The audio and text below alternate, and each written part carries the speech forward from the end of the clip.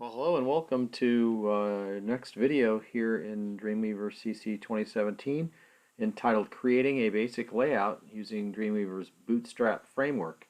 So we're going to use a special feature of Dreamweaver called Bootstrap to set up a layout for a simple website, allowing us to create multiple columns and have a lot of flexibility and built-in power to handle different kinds of devices and be more responsive than a page that you probably would create from scratch by yourself.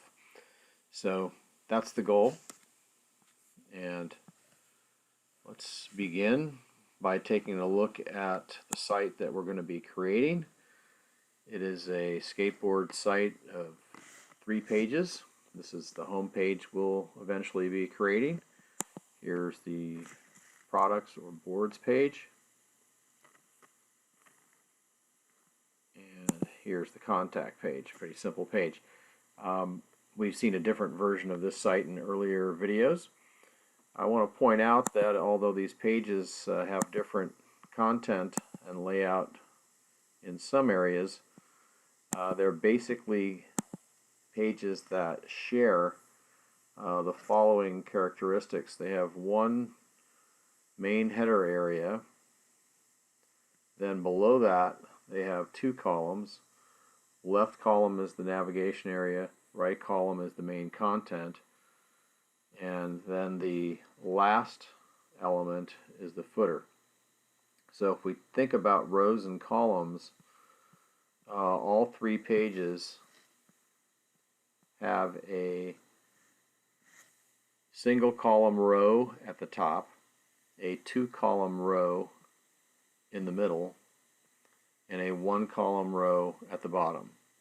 So that's the Bootstrap framework row and column orientation that we'll be keeping in mind when we go to create that layout.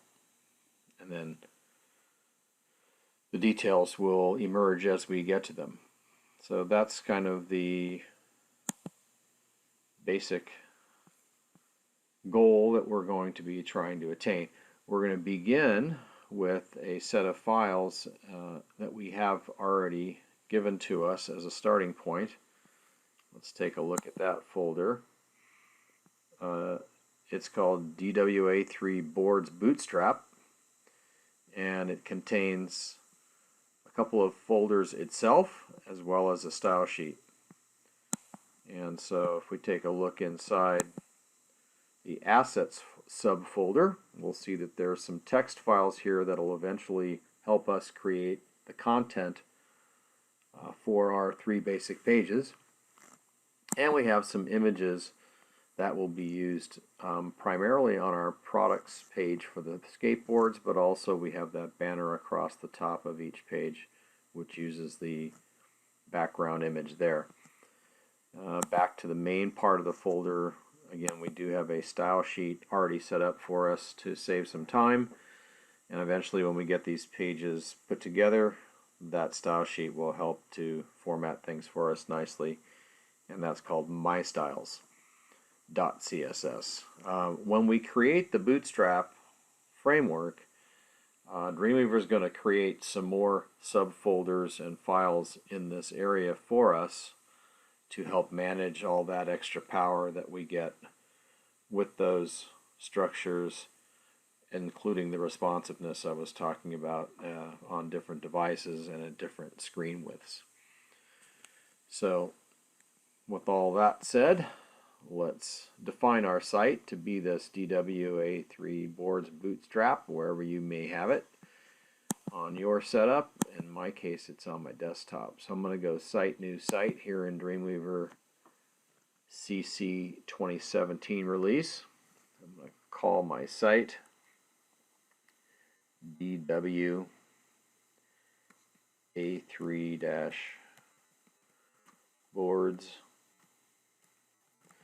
Bootstrap, though you could call it something else if you prefer. And then the local site folder is wherever I have that particular folder set up. As I mentioned, I have it here on my desktop. There it is. select it, and then as we oftentimes do, we'll go to Advanced Settings, Local Info, and we're going to set a default images folder, which we were looking at earlier, and save that file definition, the site definition rather. And that folder structure shows up on the right hand side in what I have as my standard workspace here. And I have a properties window down at the bottom, and we'll be using the insert panel quite a bit in this video, so you want to have that also available, as well as CSS Designer. So that setup is something similar to it, at least with those same included tabs, will be helpful for you.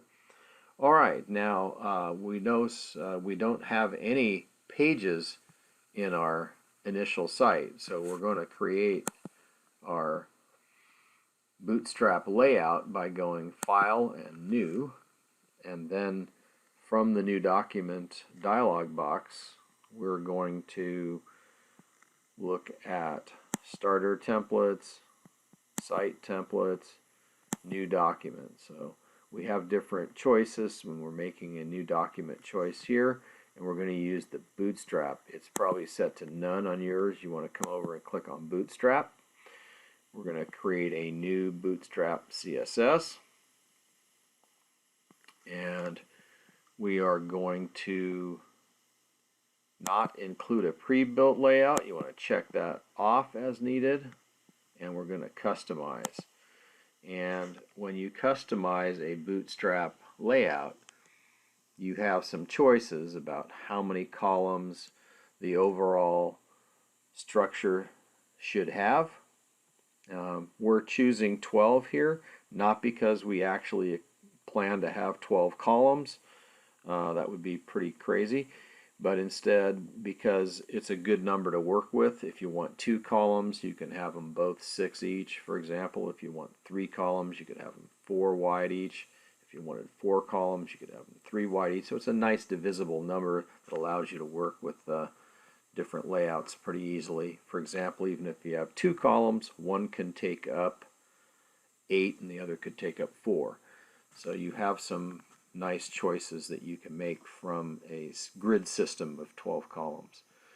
You'll also notice that you have small, medium, and large set up at certain pixel sizes. Probably the way to look at that best is take the defaults for now, unless you have good reason to change them. And what it's kind of setting up for us is formatting for, let's say, a smartphone would be less than 768, and then from 768 to 992, we're going to call that small, and that's probably a tablet. And then medium is going to be 992 wide to 1200. That would be more like a laptop possibly. And then 1200 pixels and larger, we're going to call that large, and that's going to be for like a typical desktop wide screen. So if you wanted to modify those, you could. We'll leave them as is. We don't have a Photoshop comp that we're going to use extract to create from, so we're just going to click on create and let Dreamweaver create this Bootstrap page for us.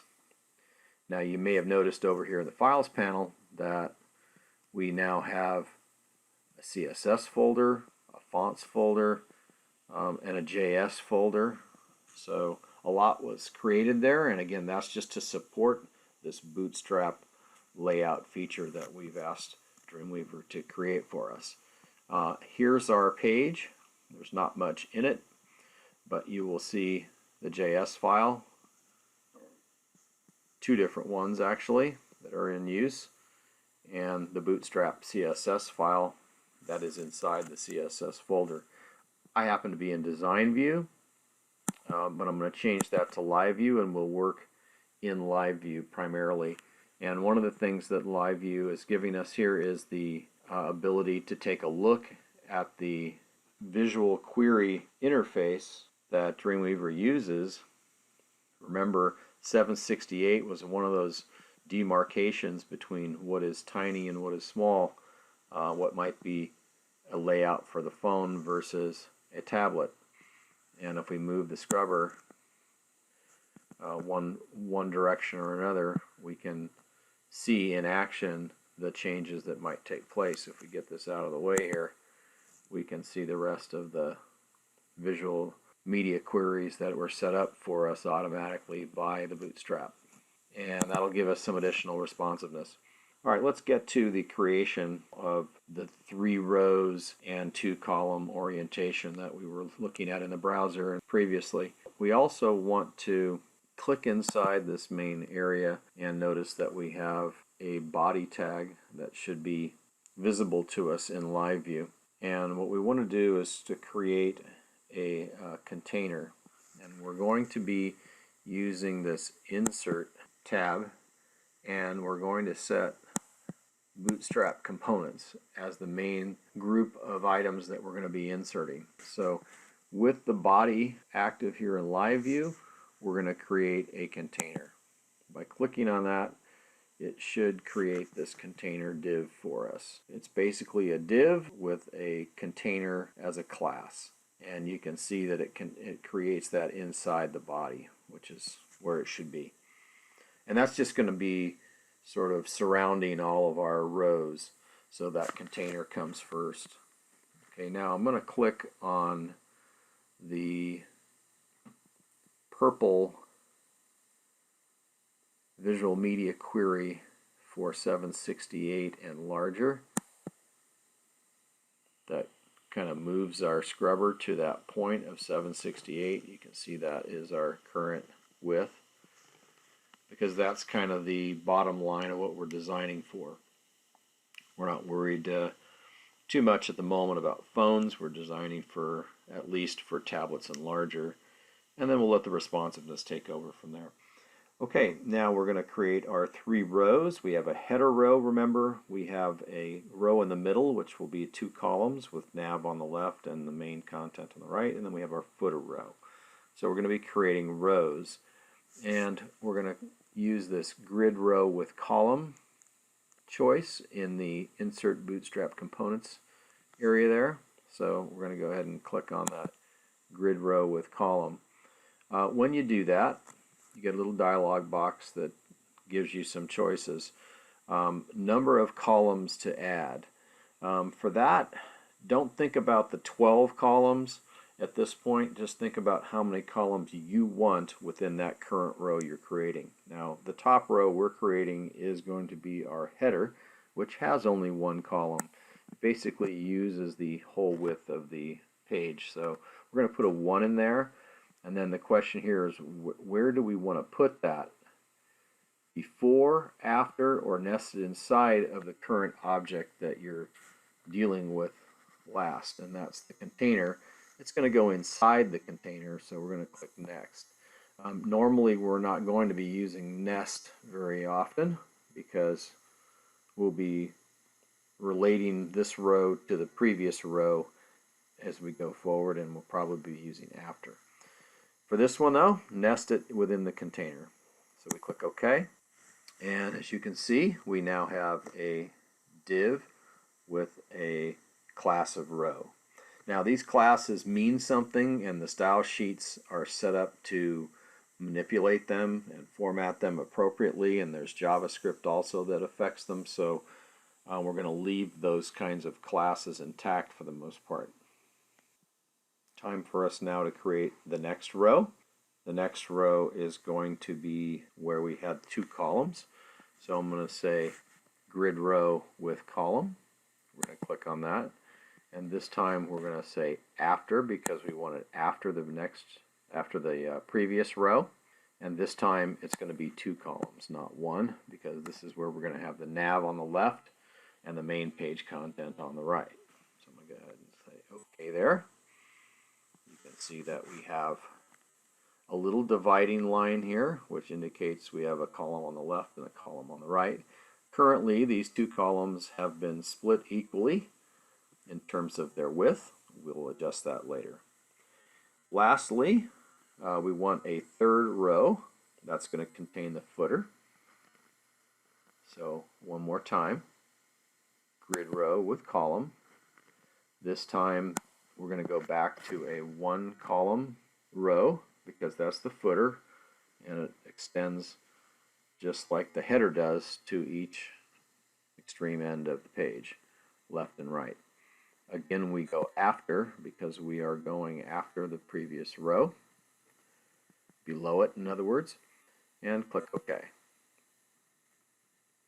So very good. We have set up this grid of one row extending all the way across, the second row with two columns, and the third and final row extending all the way across. So that's like the overview of what our structure needs to look like. And now we have some more detail that we want to work with. What I'm going to do is go to split view. Split view is good because we need to keep an eye on our code. In fact, you might want to compare your code to what we see here. I'm going to adjust split view a little bit here so that we can get a good look at this code. And what we can see is we have this surrounding container div, which ends here. So everything was built inside of that. That's good. The first row is here, and that row contains a div which has a special class called call SM12. And what that means is it's a column, and the column is small because it's set at 768, and it is also said to be 12. Now we have a 12 column grid, so that means it's going to extend all the way across. Let's look at the next row, demarked by the next div with a class equal row, and notice it has two divs in there because we said we had two columns, and they happen to be set equal to 6 each, and that means it splits it in half, 6 to the left and 6 to the right. Now we're going to make some modifications in these, but let's go to the third row and check it out. The third row has a div inside with call small 12, just like the first one, because it extends all the way out. Now we need to make some adjustments here to a couple of things. First of all, let's go to our first row, and we want to kind of be thinking about semantic HTML. We've got divs all over the place here, and we really would be better off, as we've seen in the past, with things like header and nav and main and footer and things like that that are much more descriptive to our needs. We're going to make those kinds of changes now. So for example, I want to make a change to this first div for the first row. You can also be selecting things up here in live view, and then make sure you selected the right thing here. So here's the surrounding row, and here's the div inside, the column, if you will. So the row is on the outside, the column's on the inside. So the row here, I want to change the div to a header.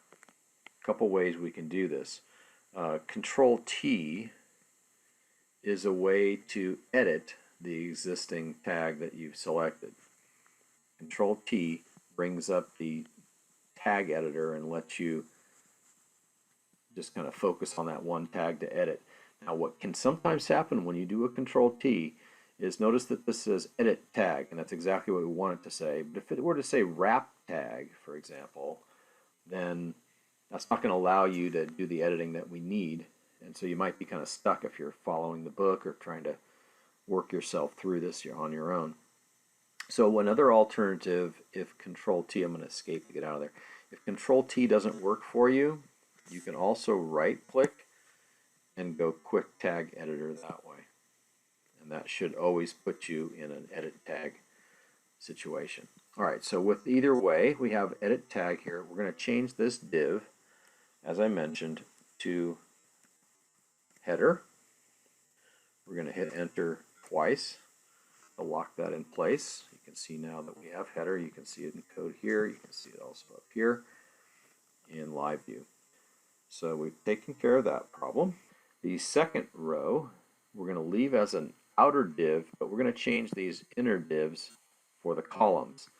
The left-hand column, again, you can select it here. You can select it here. You can also be selecting here in the tag selector. So this first div inside the second row is going to be our nav, the navigation links that we saw earlier. So I want to again use the tag editor. I'll just right click and use tag editor. We're going to change a couple things here. First of all, we want the div to be a nav, more descriptive of what's inside. And then we also really don't want to split the two columns equally. The nav should be smaller and the main content wider. So I'm going to change that from a 6, you can see my other options there, to a 3. You can just type in the 3 over the 6, but you can see that those classes have been set up by the Bootstrap, so they're available for you to choose. So I'm going to set this one to 3. I'm going to hit enter. Okay, so now you can see that I have my nav column set up as 3 wide, and my second column to its right is 6, which isn't right. They should add up to 12. So we need to change the second one. So I'm going to click on that second div, and you can choose also here in the tag selector, and then again you can right click and go quick tag editor. And this is not going to be a div either. The second one is going to be a main, because it's containing the main content of the pages. And I'm going to change the 6 to a 9. So call small 9, or you can just change the 6 to a 9 by typing it. And then enter twice. And now we can see, by the way, when you change that div to a nav or div to a main, Dreamweaver does follow it up with a proper closing tag. So I have now 3 and a 9. That's going to be a smaller navigation and a wider main column for the content. So that's good. We're set up there with our second row, and now we have our third row to deal with, and that, as I mentioned before, is where our footer is going to go. So I'm going to click on the row tag for the div, and we'll do our quick tag editor there. Control T will work most likely for you as well. I'm going to change the div to footer. Enter twice, and we're good with that one. Again, I want to review my code. I'm just going to go to code view now, and I want to review this code here with you. You could compare yours to mine. We have our outer div, and we have 3 rows. The first is a header with class equal row and a column of 12. Then we have a second row div there with a nav on the left of 3 and a main on the right of 9. Lastly, we have a footer as a row with a div of 12 inside. So there's the setup. Now you might be saying, well, that's great, but nothing's really showing up here and it doesn't look all that awesome. Well, this is the structure in which we can now lay our content inside of. So this is an important structure to get correct, and it allows us now to build upon it, and we're sure that we're going to get all the features that come with it. There's a lot behind the scenes here that Dreamweaver is building for us to handle situations on different devices and to be responsive to the user. Alright, so now that we have done that, we are going to start building some content into this structure, and it's about time to save this file, and we're going to be saving it into our main root folder, and we're just going to call this my layout.html. And we're going to end up using this to build our other pages with. So what I want to do is put some content in these placeholders, but I only want to put the content that's going to be common to my 3 pages so that I can use this one file to basically build those 3 pages from. So with that in mind, they all have a common footer, they all have a common header, they have a very close to common navigation, slight differences we'll see later. The main difference is in this right-hand second row. So that's really the part that we're not going to be able to build except in a very basic way. Let's get started. The first thing we want to build is the header area. I'm going to actually go with design view. Now design view has its limitations and it doesn't handle all this Bootstrap stuff all that well. But that said, it does allow us to create stuff more easily. So again, whenever you're putting stuff onto the page, building content, design view does have some advantages. So here I am now, I'm inside the header row and I'm in that div for that, and our header is going to contain an H1 with the company's name, and it's going to be on every page. So we're free now to build that. And I'm done really inserting Bootstrap components, and I'm building now more HTML components inside of them. So I'm going to change the insert to HTML. And now I'm going to create an H1 or heading H1. And I'm going to click on that. Now, by doing that, I should have an H1 in here. You can see it now. And that means I can go ahead and type that H1. And the name of the company, as I mentioned, is Complete Boards! Exclamation.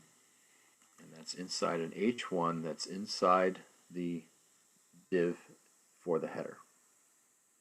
Okay.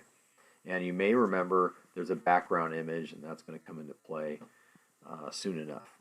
Now, you may be wondering why it's not formatting correctly. Well, we have not attached the style sheet yet. So let's do that. I'm going to come over here to the CSS Designer, and I'm going to add a source.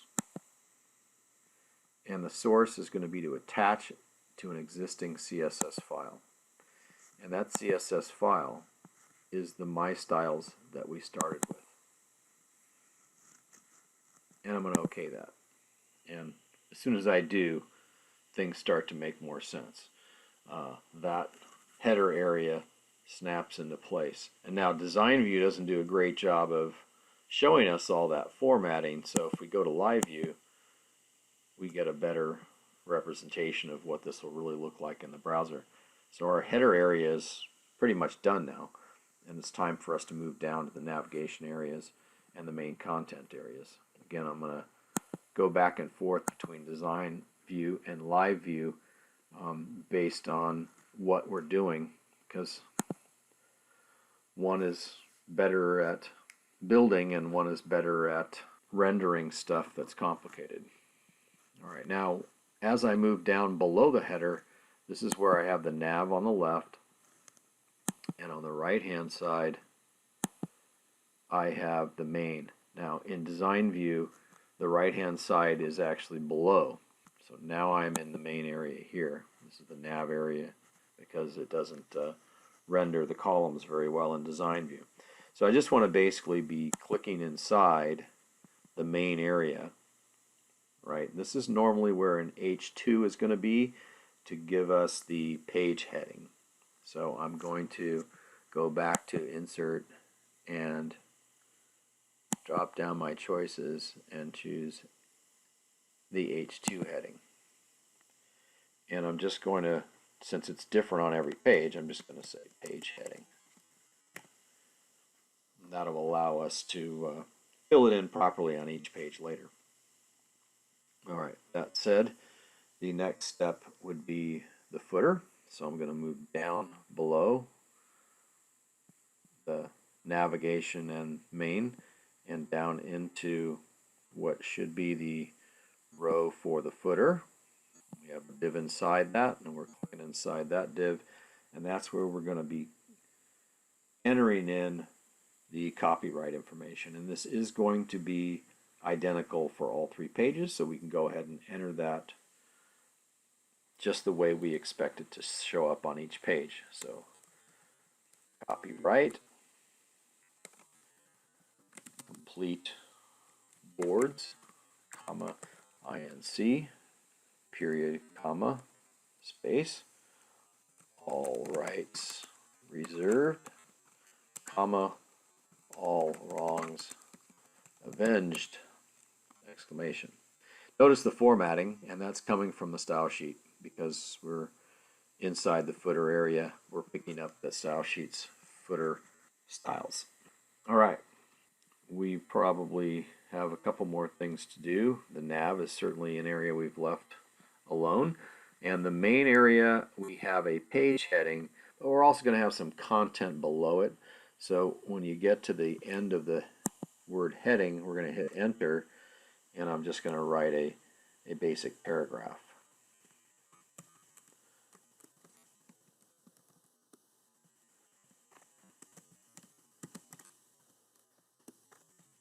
Just kind of a placeholder for where we're going to dump a lot of the page content when we're done with the heading.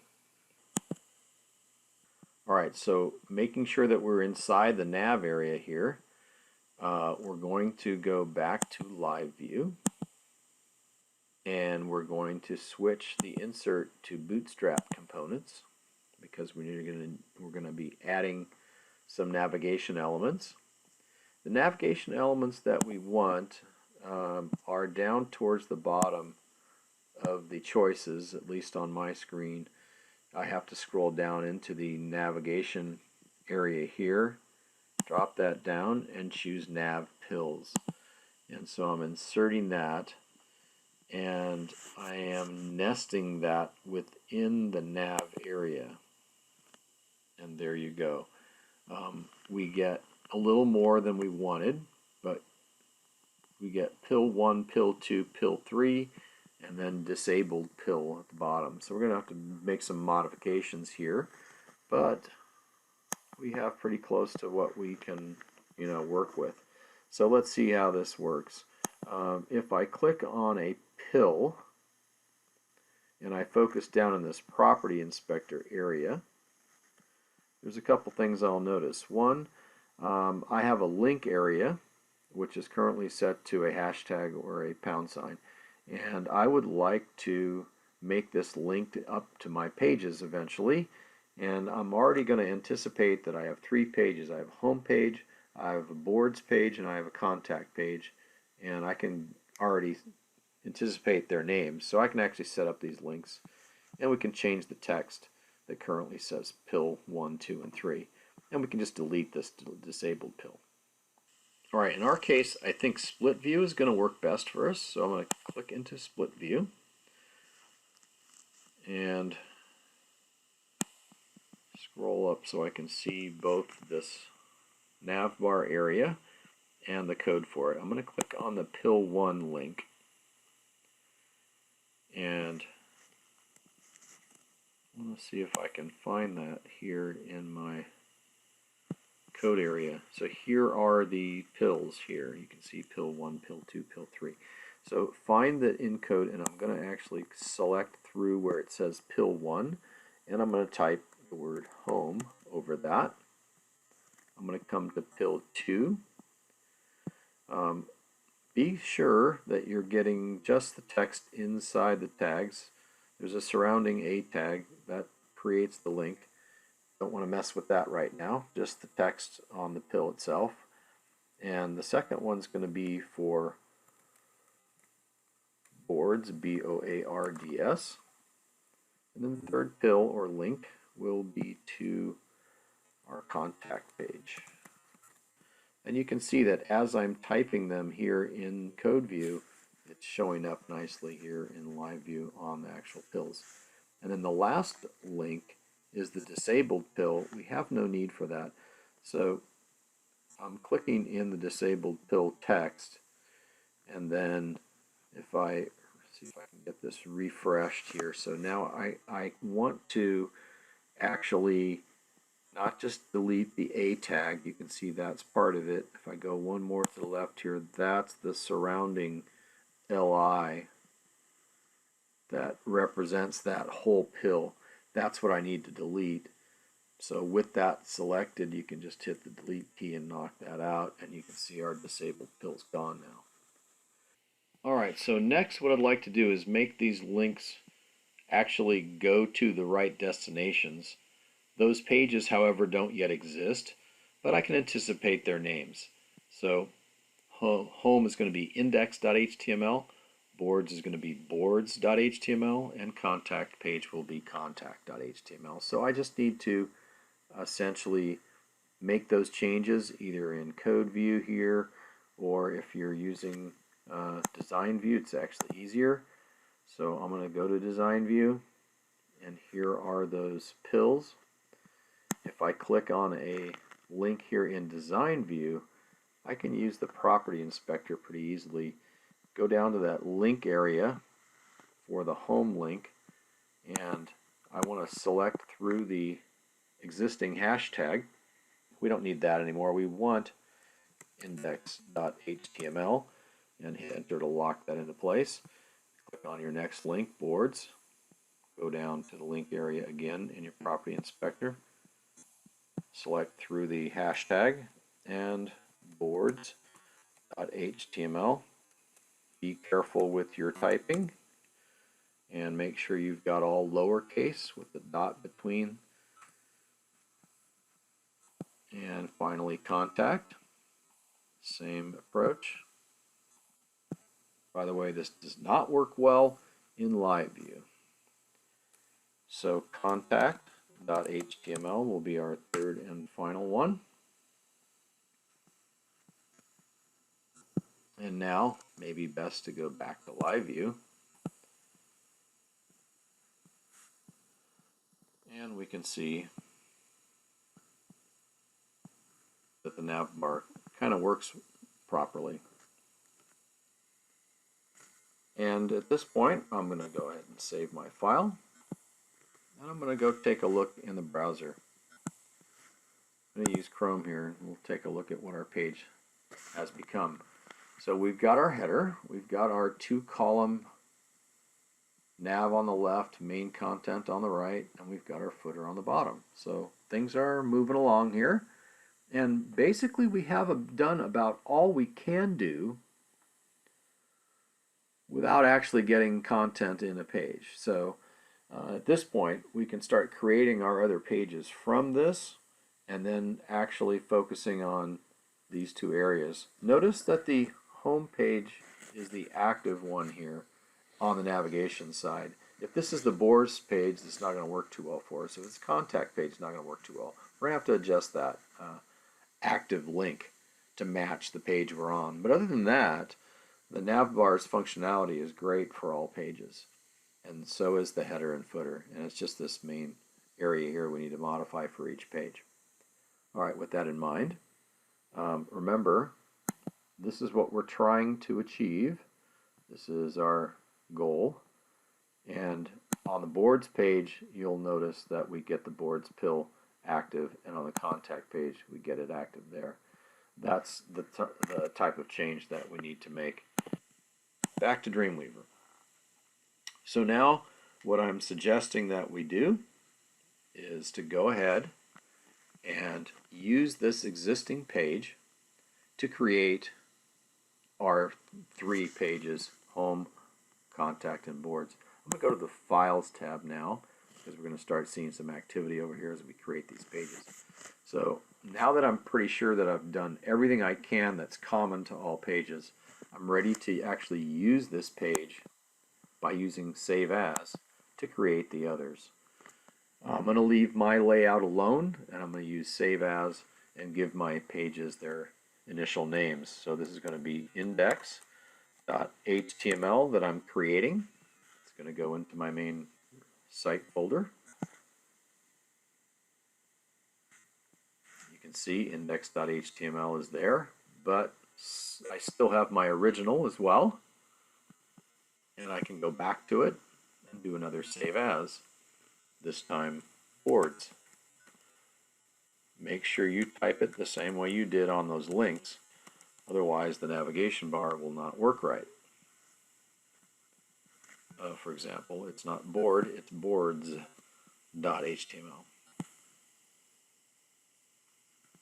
You can see that page is created now.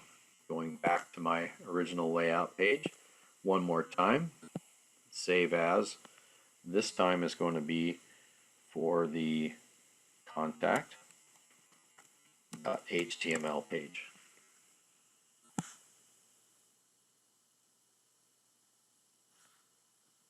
And if you look over in the files panel, you should now see boards, contact, and index.html, as well as your original layout page and your original style sheet.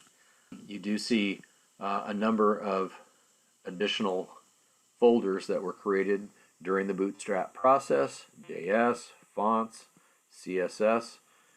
Leave those alone. Don't mess with them. If you're working with this site, it's going to have to all be there in order to function properly. So now our task is basically to we can pretty much get rid of mylayout.html now. Just close it out and focus our attention now on our 3 pages. Let's start with the home page, index.html, and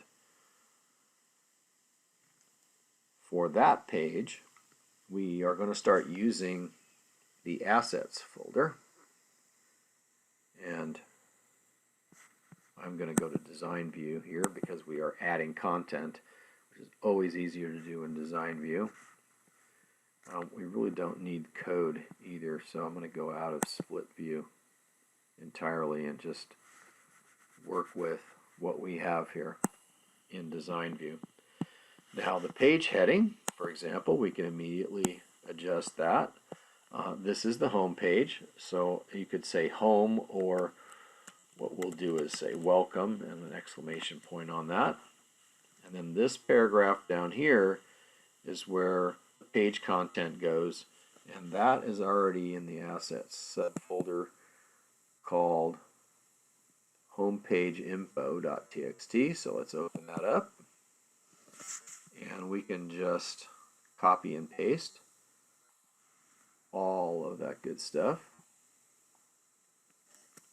Copy that, go to index.html, select that dummy paragraph that we typed in earlier, and paste.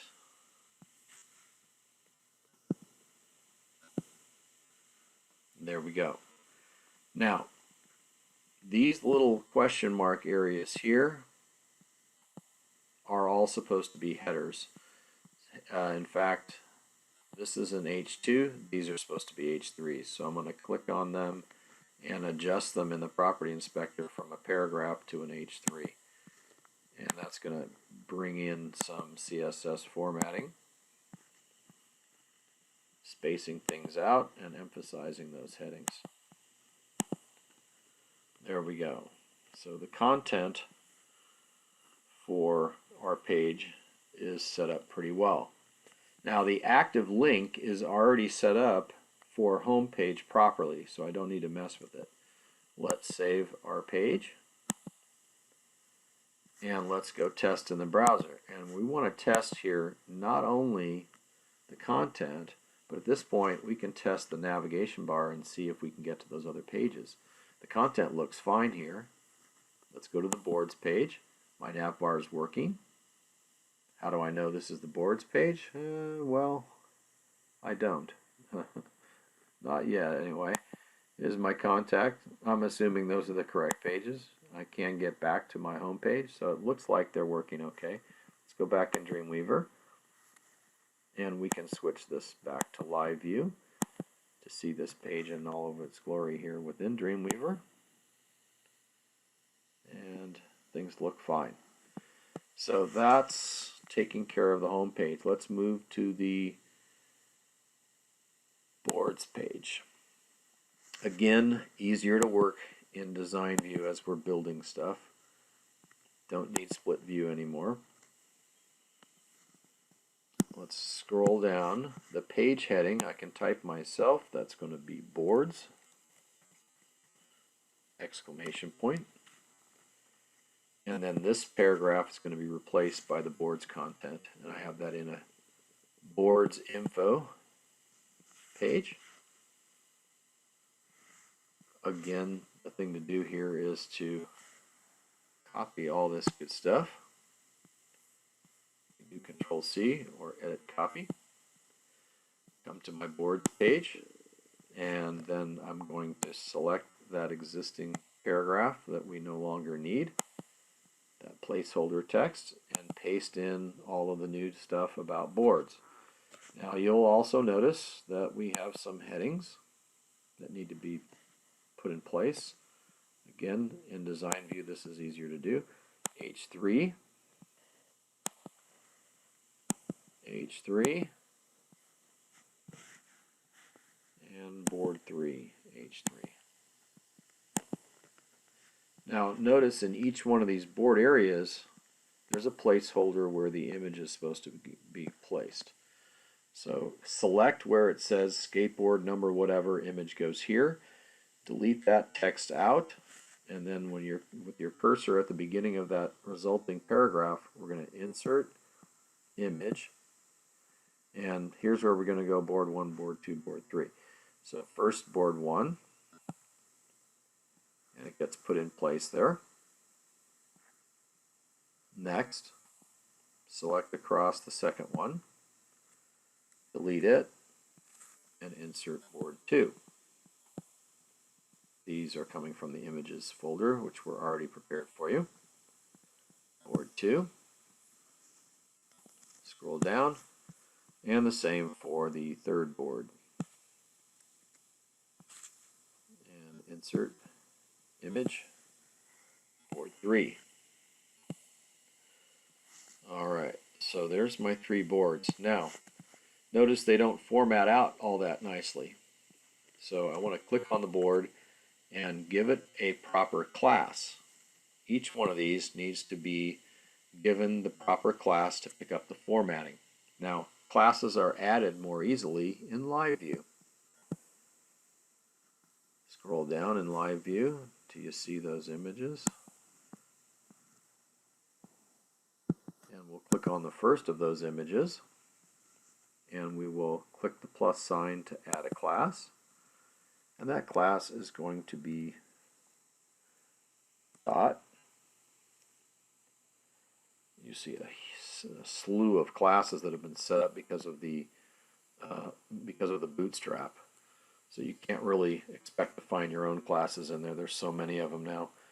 So we just have to kind of remember what they are. Product pick dot product pic, no spaces. Hit enter to lock that into place. When you do that, you should see immediately the text wrap around that image more nicely. Click on the next image and do the same. Add a class. Same class, dot. Now when I do PR, I can start to see product pick in there and choose it. Notice the formatting. And then the third and final pick, same thing. Dot PRO, product pick can be chosen at this point, and there's the formatting. So that's much nicer than the original formatting around those images. So that pretty much concludes the content for our boards page. But notice we've got the active link on home instead of on boards. To fix that, click on the actual link itself. We're in live view here. You can click on the link here in the tag selector and then move over to the LI that surrounds it that's where the actual active class is.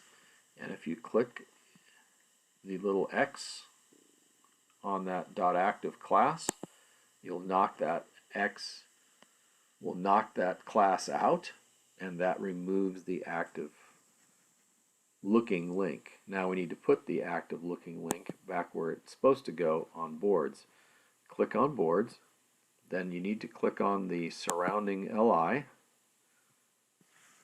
That's where the class needs to be, and then we can hit a plus sign now and put .active on that surrounding LI. Hit enter to lock that into place, and you can see you get that active look now for that link.